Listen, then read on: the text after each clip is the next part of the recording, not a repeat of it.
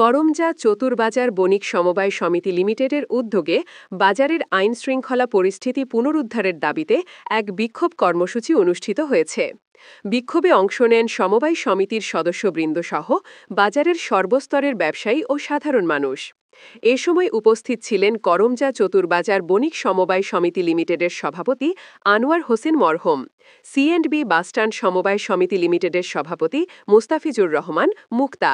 এছাড়াও উপস্থিত ছিলেন করমজা ইউনিয়ন বিএনপির সদস্য সচিব আনোয়ার পারভেজ বাবলু।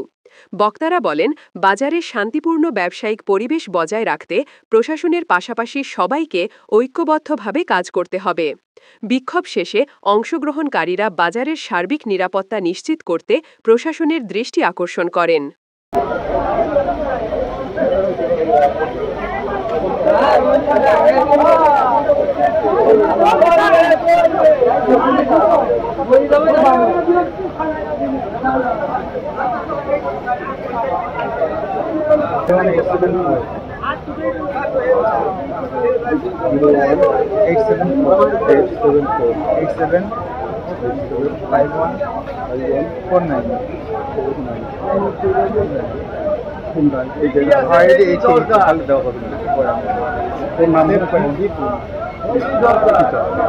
দুজন মিলে রাজন ভাই,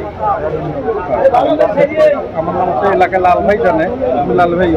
লাল ভাই 75-85।